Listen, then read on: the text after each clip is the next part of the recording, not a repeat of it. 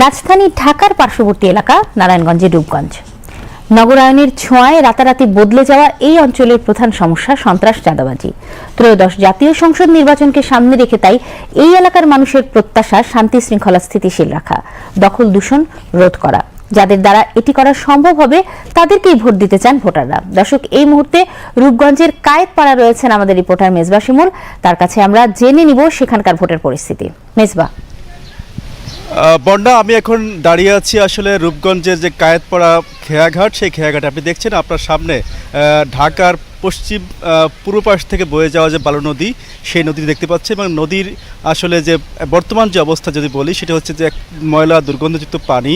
এবং মানুষ আসলে এই জায়গাটাতে আসলে কোনো ধরনের যোগাযোগ, নৌকা ছাড়া কোনো যোগাযোগের ব্যবস্থা নেই। আপনি জানেন যে আমি যে প্রান্তে দাঁড়িয়েছি সেটি হচ্ছে কায়েতপাড়া প্রান্ত, অপর প্রান্ত কায়েতপাড়া, কিন্তু এটা হচ্ছে ঢাকা, রাজধানী ঢাকার যে খিলগাঁও থানা, সেই খিলগাঁও থানার মধ্যে পড়েছে।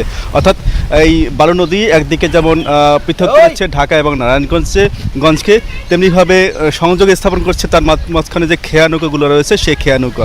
এই প্রতিদিন এই ঘাট থেকে মেইনলি অসংখ্য মানুষ এই নৌকা দিয়ে পারাপার হচ্ছেন এবং তারা ঢাকা রাজধানীর সঙ্গে যোগাযোগ স্থাপন করছেন। আপনি দেখছেন যে এই কিছু দূরে আমার পেছন দিকটা যদি দেখি, সেখানে একটি সেতুর কয়েকটি পিলার দেখা যাচ্ছে। এটি হচ্ছে দীর্ঘ বেশ কিছু আগে বছর আসলে এই সেতুর কাজ শুরু হয়েছিল, কিন্তু আওয়ামী লীগের আমলে আসলে নির্মাণ কাজ বন্ধ হয়ে যায় এবং এখনও এই শুধু পিলারগুলো দাঁড়িয়ে আছে। অর্থাৎ ঢাকার সঙ্গে সংযোগ স্থাপনের যে একটি সেতু দরকার, সেতু বন্ধনের যে সেতু দরকার, সেই সেতুটি আসলে এই রূপগঞ্জবাসী এখন পর্যন্ত চোখে দেখেনি। এবং এটাই বাস্তবতা যে ঢাকার খুব কাছে থেকেও যোগাযোগ ব্যবস্থার দিক থেকে একেবারেই পিছিয়ে রয়েছে এই রূপগঞ্জের জনগণ। তো আপনি জানেন যে আগামী 12ই ফেব্রুয়ারি যে নির্বাচন, সেই নির্বাচনকে সামনে রেখে সারা দেশের ন্যায় রূপগঞ্জের মানুষও কিন্তু ভোট দেওয়ার জন্য অধীর আগ্রহ অপেক্ষা করছে।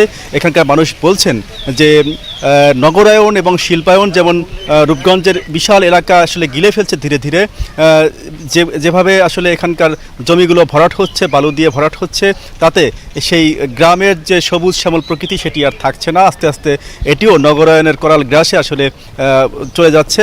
তো নাগরিক সমস্যার যে মেইন বিষয়গুলো, সেটি হচ্ছে এখানকার মানুষের যোগাযোগ এবং সার্বিক নিরাপত্তার বিষয়। এখানে দখল রয়েছে, চাঁদাবাজি রয়েছে, বিভিন্ন সমস্যা রয়েছে। তবে সব থেকে বড় সমস্যাটা হচ্ছে ঢাকার খুব পাশে থেকেও আসলে যোগাযোগ ব্যবস্থা অনুন্নত হওয়ার কারণে এখানকার মানুষ দুর্ভোগে পোহাচ্ছে। তো আগামী দিনের নির্বাচনে আসলে এখানকার মানুষ কেমন পরিবেশ চান এবং এই যোগাযোগ ব্যবস্থার কতটা উন্নয়ন হবে বলে তারা আশা করছেন, আমরা এখানকার যারা ভোটার রয়েছেন তাদের কাছ থেকে জানতে চাই। আপনি তো এলাকার ভোটার। হ্যাঁ, আমি এখন এইবারের জন্য নতুন ভোটার।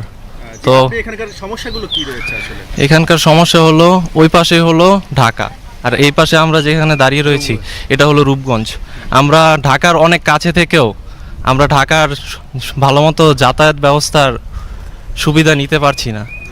তো আমরা চাই যে ঢাকার সাথে আমরা যাতে খুব সহজভাবে যোগাযোগ করতে পারি এবং আমরা যাতে খুব দ্রুত এই ব্রিজ, এই যে দেখেন এখানে পিলারগুলো রয়েছে, এটা সম্ভবত 14 থেকে 16 বছর আগে নির্মাণ কাজ শুরু হয়েছে। আমরা যখন ছোট ছিলাম তখন থেকে আমরা এই ব্রিজটা দেখেই যাচ্ছি, কিন্তু এখনো পর্যন্ত এই নির্মাণ কাজ শেষই হয়নি। তো আরেকটা বিষয় হচ্ছে যে নতুন ভোটার হিসেবে আপনি কেমন সরকার বা কোন ধরনের মানুষ সংসদে গেলে আপনার এলাকায় উন্নয়ন হবে বলে মনে করেন? তো আমি নতুন ভোটার হিসেবে চাই যারাই সরকারের ক্ষমতায় আসে তারা যাতে এলাকার উন্নয়ন করে, তারপর আমাদের সবকিছু দেখাশোনা করে, যাতে কোনো দুর্নীতি না হয়। সোজা আমরা আরেকজন ভোটারের কাছে আসতেছি। আপনি একটু বলবেন কি আসলে এই যে রূপগঞ্জের যে মানুষ যোগাযোগ ব্যবস্থা অপ্রতুলতার কারণে ভুগছে, আসলে কেমন পরিবেশ হলে এখানকার মানুষ উপকৃত হতে পারে? আসসালামু আলাইকুম রহমতুল্লাহ। আমি যদিও ঢাকা নয়ের আসনের খিলগাঁও এলাকার মানুষ, তবে আমরা ঢাকা, আমাদের পাশে আমাদের ঢাকা, সাথে নারায়ণগঞ্জ, কাজের উন্নয়নের না হওয়ার কারণে আমাদের মধ্যে একটা দূরত্ব সৃষ্টি হয়েছে আর কি। তো আমরা চাই সামনে যারা আসবেন তো দেশের জন্য কাজ করবেন এবং যে সকল কাজগুলা কোনো রাজনৈতিক কারণে বন্ধ হয়ে আছে সেগুলো জনগণের স্বার্থে যেন সেগুলা খুব দ্রুত বাস্তবায়ন করে, সেটা মানুষের জন্য অনেক উপকার হবে, সেটা আমাদের আশাবাদী আর কি। আর যারাই আসবেন ইনশাল্লাহ সেটা ইসলামের জন্য অবশ্যই যেন উপকার হয়। কোরআন এবং হাদিস অনুযায়ী যদি আমরা চলতে পারি, সবাই যেন শান্তিতে থাকতে পারে, সেটা আমরা আল্লাহর কাছে কামনা করি। বর্ণা, আপনি আসলে শুনছিলেন এখানকার মানুষের প্রধান সমস্যা রয়েছে যোগাযোগ ব্যবস্থা, যে কারণে তারা বলছেন যে এই বালু নদীর উপরে যে ব্রিজটি রয়েছে সেই ব্রিজটি যখন সম্পন্ন হয়ে যাবে যাতে এই এলাকার ঢাকা এবং রূপগঞ্জবাসীর যোগাযোগ ব্যবস্থা সহজ হয়। তো এই ধরনের মানুষগুলোকেই তারা সংসদে দেখতে চান, যারা রূপগঞ্জের উন্নয়নের পাশাপাশি দেশের সামগ্রিক উন্নয়নে ভূমিকা রাখতে পারেন। তো এই ছিল আসলে আমার কাছে রূপগঞ্জের কায়েতপাড়া যে নদীঘাট, সেই খেয়াঘাট থেকে সর্বশেষ। আমরা আগামী সংবাদে আবারও এই রূপগঞ্জের সাধারণ মানুষের ভোটের চিন্তা এবং ভাবনা নিয়ে আপনাদের সামনে আবারও উপস্থিত হব। সেই পর্যন্ত আসলে আমরা অপেক্ষা করছি পরবর্তী সংবাদের জন্য। বর্ণা, ধন্যবাদ মেজবা আপনাকে। আমাদের প্রতিনিধি মেজবা শিমুল সরাসরি সংযুক্ত হয়েছিলেন রূপগঞ্জের কায়েতপাড়া থেকে।